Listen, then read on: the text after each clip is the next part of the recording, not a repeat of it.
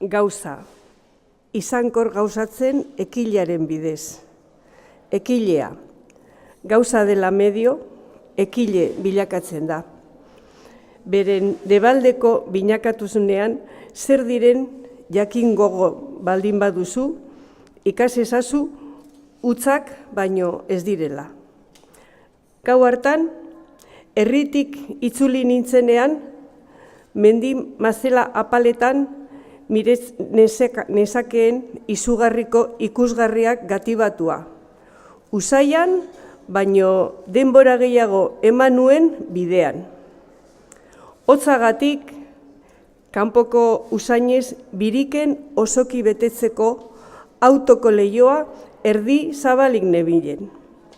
Ilunean, hortzaizak misterioski argiztaturik nabaritzen nituen.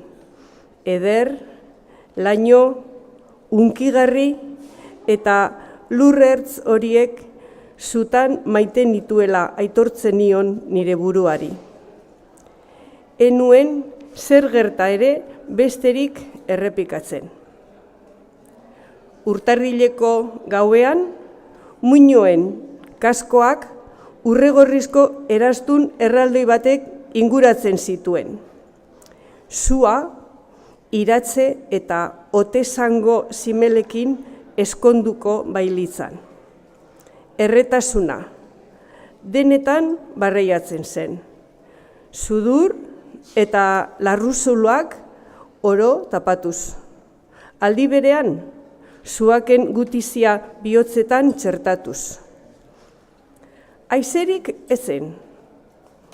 Odei beltz zenbaitek euria iragartzen zuten, baina suak lasaiki beretik jarrai zezakeen, patar zein pentoka umilen balakatzen.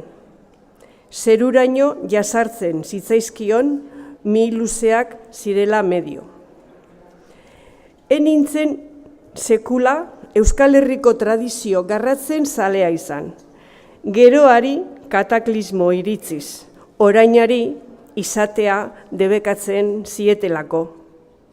Urruztoiko abadiak finkatu eskualdun fededun binomioren hildotik neoiz eskenuen orainaldian jarduten jakin.